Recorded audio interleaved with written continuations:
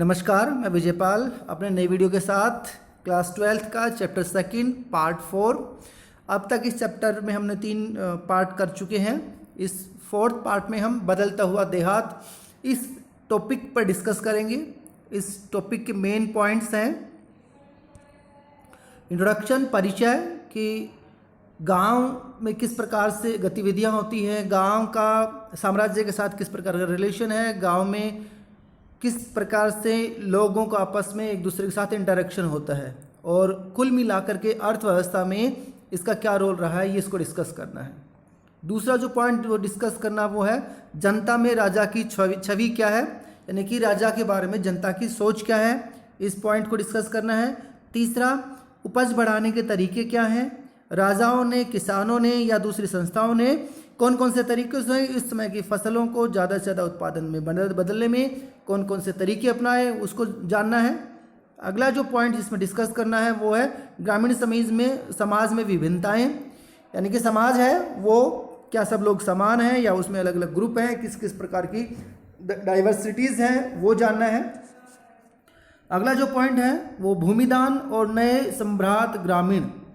भूमिदान जमीन का या भूमि का दान कब शुरू होता है, किस तरीके से दिया जाता है, क्या हमारे पास सबूत हैं, और ग्रामीण क्षेत्र में नए प्रभावशाली लोग कौन हैं, ये जानना है। और अंत में इस टॉपिक का कंक्लूजन, निष्कर्ष। तो ये मेन पॉइंट है जो हमारे इस वीडियो में डिस्कस होने हैं।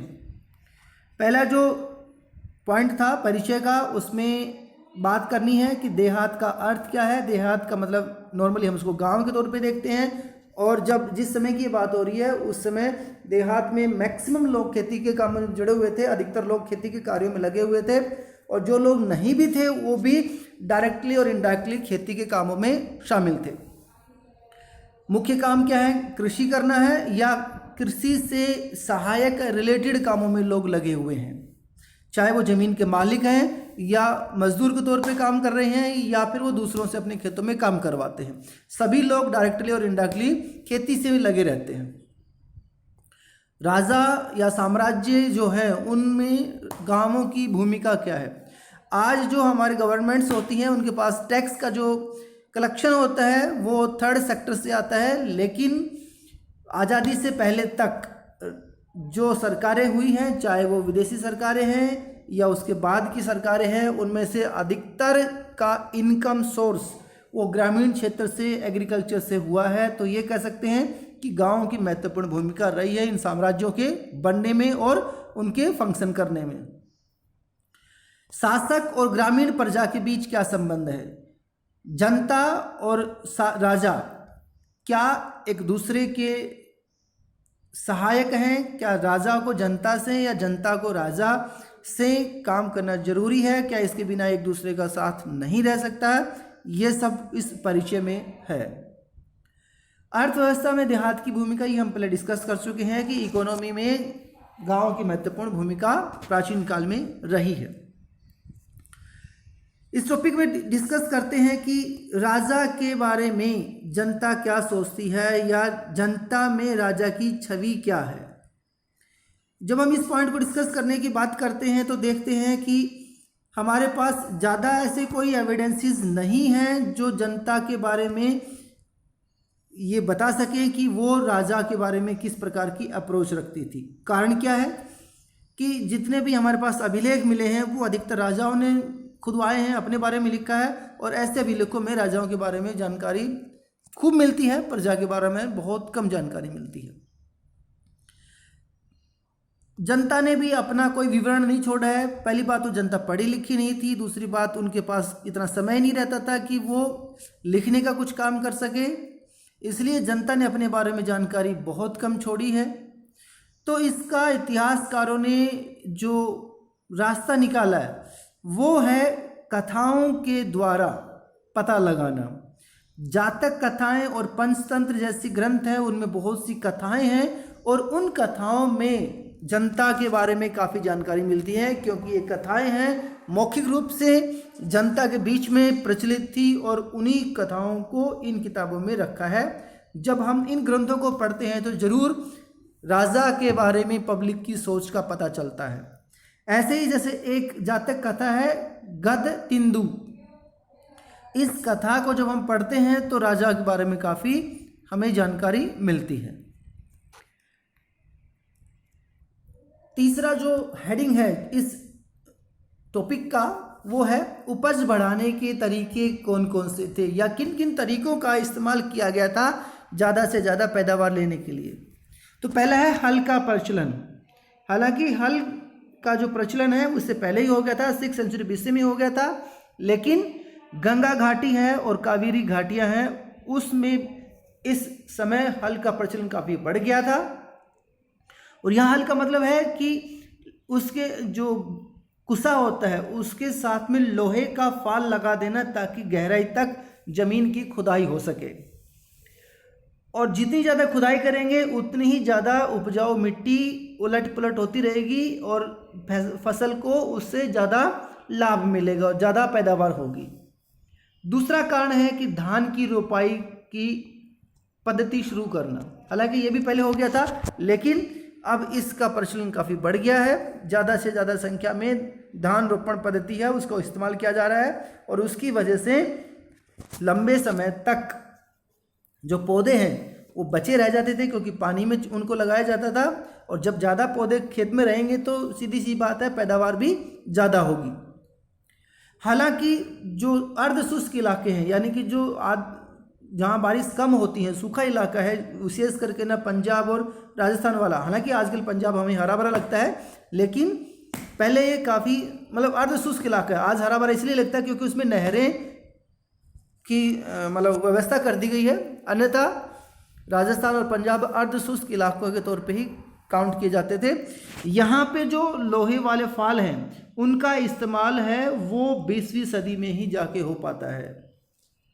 शुरुआत में जब जैसे हमने ऊपर बात किया कि कावेरी और गंगा घाटी में है, तो वो ज़मीन है वो काफ़ी सॉफ्ट कह सकते हैं, वहाँ पर हल चलाना आसान है, इसलिए शुरुआत में चूँकि पॉपुलेशन कम थी ऐसे इलाकों को चुना गया जहाँ पे खेती करना आसान है।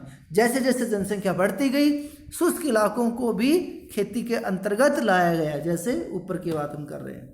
इसके अलावा पूर्वोत्तर जो क्षेत्र है जिसको नॉर्थ ईस्ट बोलते हैं या मध्य भारत सेंट्रल इंडिया है, यहाँ पे हल की बजाय कुदाल का इस्तेमाल ज़्यादा किया जाता था क्योंकि यहाँ पे जो मिट्टी है वो पथरीली मिट्टी है, जिसकी वजह से हल यहाँ पे काम नहीं आ पाता है।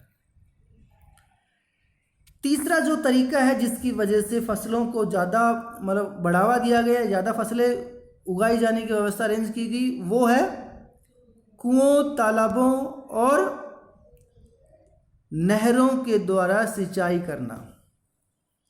कुएं खोदना, तालाब बनवाना और नहरें बनवाना, इसमें बहुत ज़्यादा मेहनत लगती थी, लेबर की ज़रूरत पड़ती थी, पैसा खर्च होता था, इसलिए ये काम है राजा या प्रभावशाली लोगों के द्वारा ही किए जाते थे, और वो अपने बारे में ये सब जानकारियाँ अपने अभिलेखों में देते थे कि उन्होंने कहाँ कहाँ किन किन क्षेत्रों में कौन से काम किए हैं। तो ये अलग अलग तरीके हैं जिनके द्वारा फसलों को या उत्पादन को ज़्यादा से ज़्यादा बढ़ाने की कोशिश की गई है। चौथा कारण मतलब हेडिंग जो इस पॉइंट का है वो है समाज में विभिन्नताएं किस प्रकार की हैं।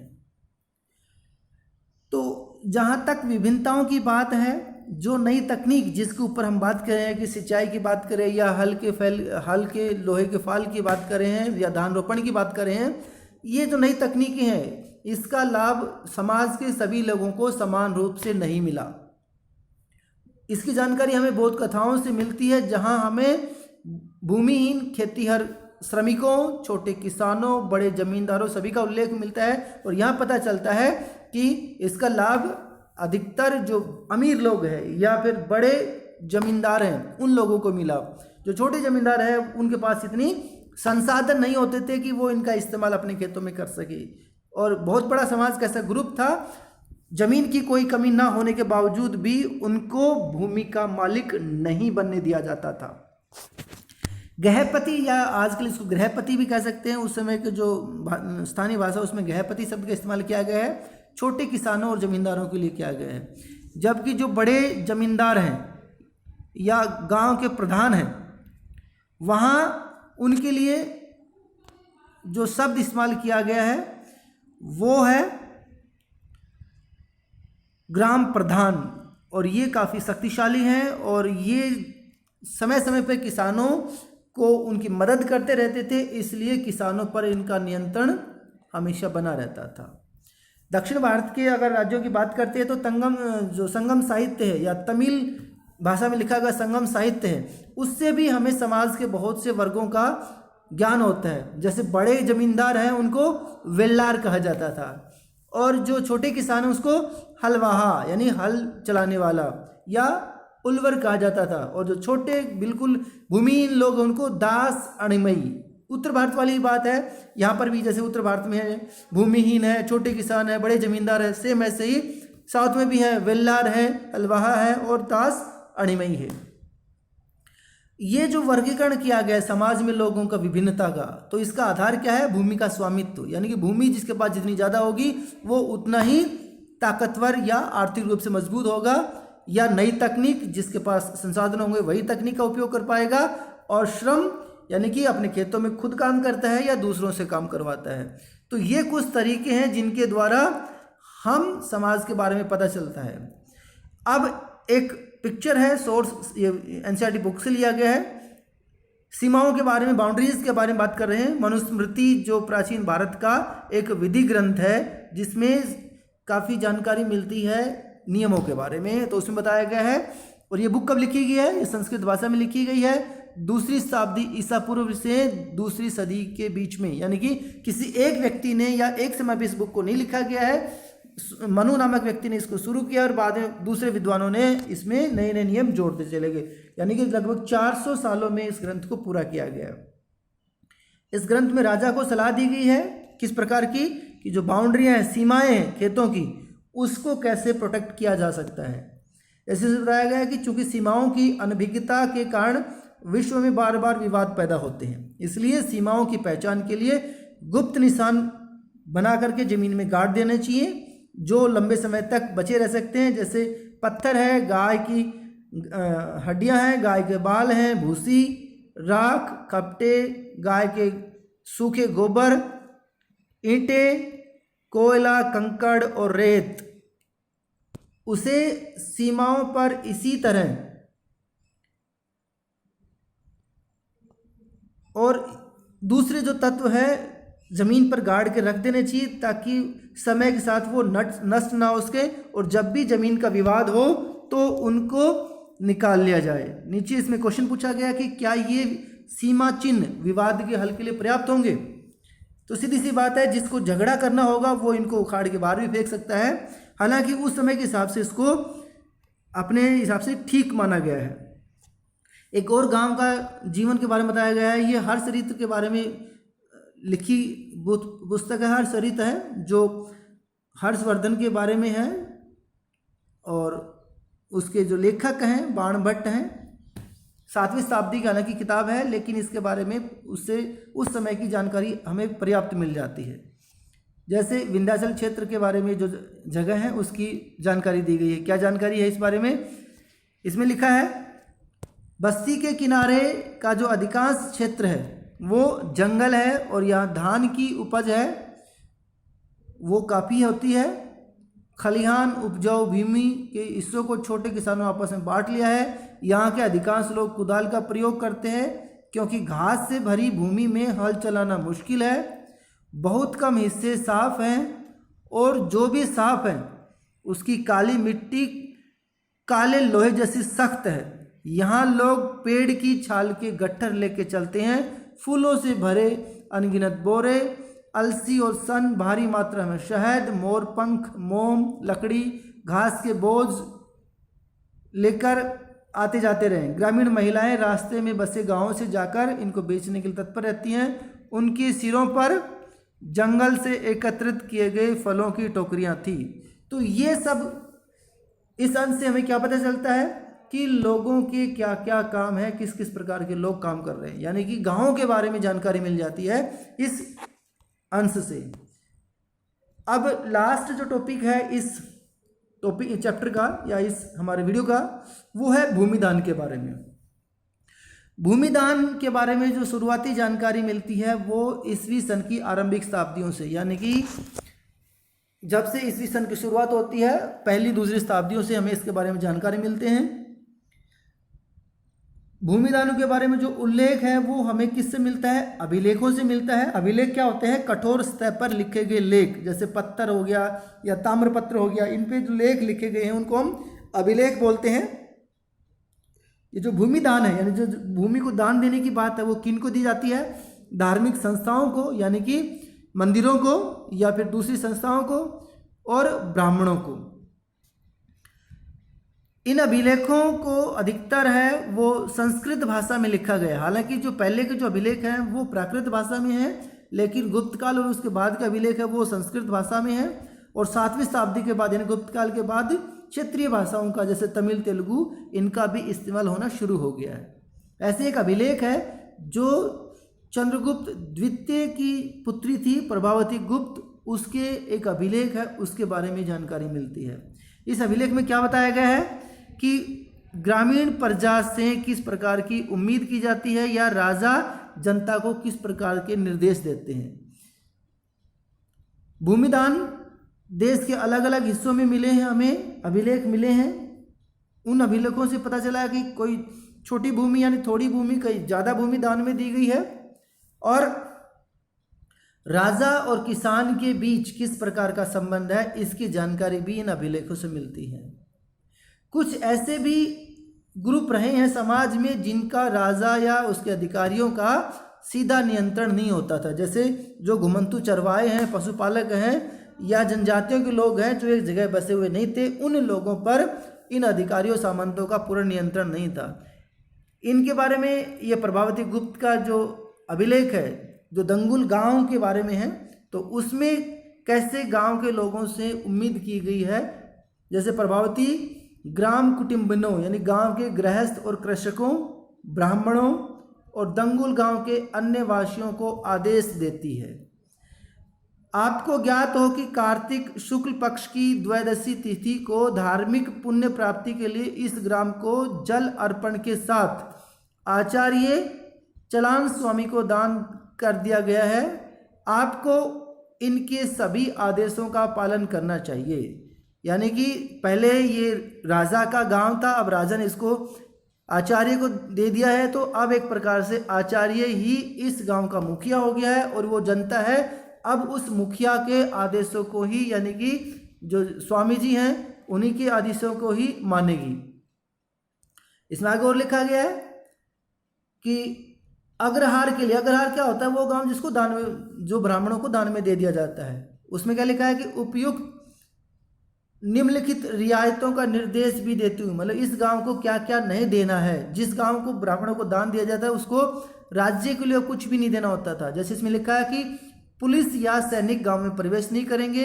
दौरे पे आने वाले शासकीय जो अधिकारी हैं उनको घास देने की घोड़ों के लिए और आसन में प्रयुक्त होने वाले जानवरों की खाल, कोयला, ये सब कुछ देने की जरूरत नहीं है। क्यों? क्योंकि अब ये सब कुछ किसको देंगे? आचार्य को।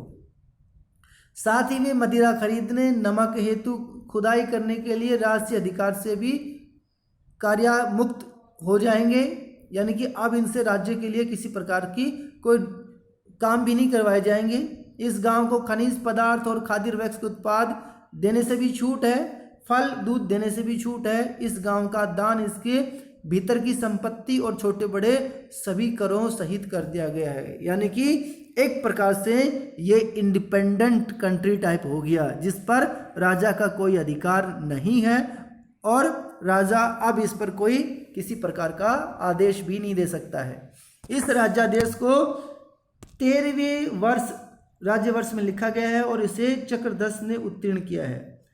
इस गांव में कौन कौन सी वस्तुएं ऊपर लिखा हुआ है। तो ये जो अभिलेख है जो प्रभावती गुप्त का है, उससे हमें राजा का प्रजा के साथ क्या संबंध है, राजा कौन कौन से उनसे कर लेता था, राजा के कौन कौन से दान दिए जाते थे, या फिर राजा की कौन कौन से जिम्मेवारियां हैं किसानों की राजा के प्रति, किस प्रकार के लोग हैं, ये सब जानकारियां हमें इससे मिलती है। तो इस वीडियो में इतना ही। ये 4th टॉपिक था, पार्ट था, और आगे इसे दूसरे वीडियो में बात करेंगे हम।